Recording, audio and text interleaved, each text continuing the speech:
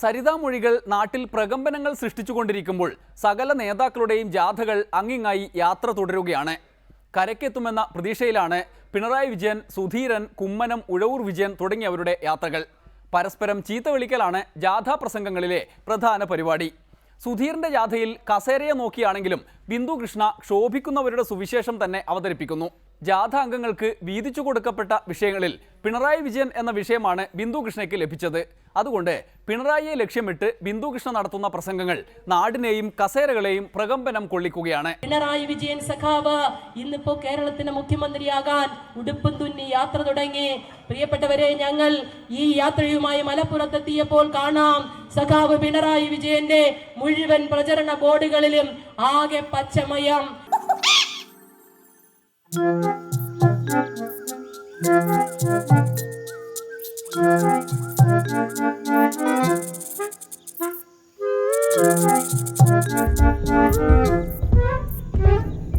ഇന്ന് വരെ കേരളത്തിലെ മാർക്സിസ്റ്റ് പാർട്ടിയുടെ പ്രചാരണം എന്ന ബോർഡുകളും പരസ്യ എല്ലാ കാര്യങ്ങളിലും ചുവപ്പ് നിറമാണ് കണ്ടിട്ടുള്ളതെങ്കിൽ പച്ച ചെങ്കൊടിയും പിടിച്ച് മലപ്പുറത്തുകൂടെ നടന്നു വരുന്ന പിണറായി സഖാവിനെ കാണുവാൻ ഇടയായി.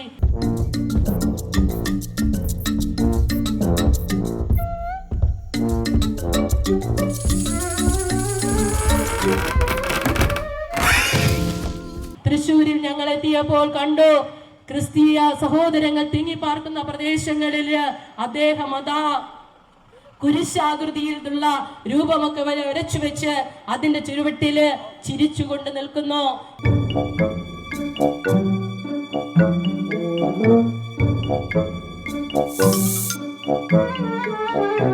കണ്ണൂരിൽ അമ്പാടി മുക്കിലെത്തിയപ്പോൾ ഞങ്ങൾ കാണുന്നു, അർജുനന്റെ രൂപത്തില് പിണറായി വിജയൻ സഖാവ് നിൽക്കുന്നു. അത് മാത്രമല്ല, അദ്ദേഹത്തിന്റെ തേര് തെളിക്കുന്ന ശ്രീകൃഷ്ണനായി പി ജയരാജൻ നിൽക്കുന്നു.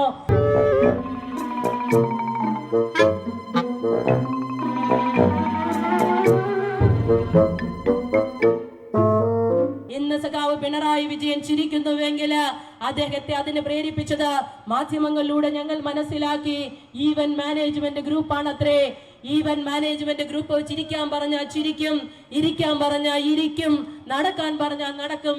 ആ നിലയിലേക്ക് മുഖ്യമന്ത്രി മോഹവുമായി ശ്രീ പിണറായി വിജയൻ കടന്നു വന്നപ്പോൾ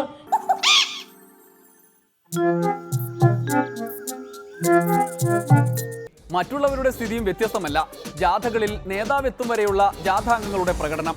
ബിന്ദു കൃഷ്ണയെ പോലുള്ളവരുടെ പ്രസംഗം കേട്ട് കോരിത്തെരിച്ചിട്ട് വേണം സുധീറിനെ പോലുള്ള നേതാക്കൾ വരുമ്പോഴേക്കും ആളെ കൂട്ടാൻ.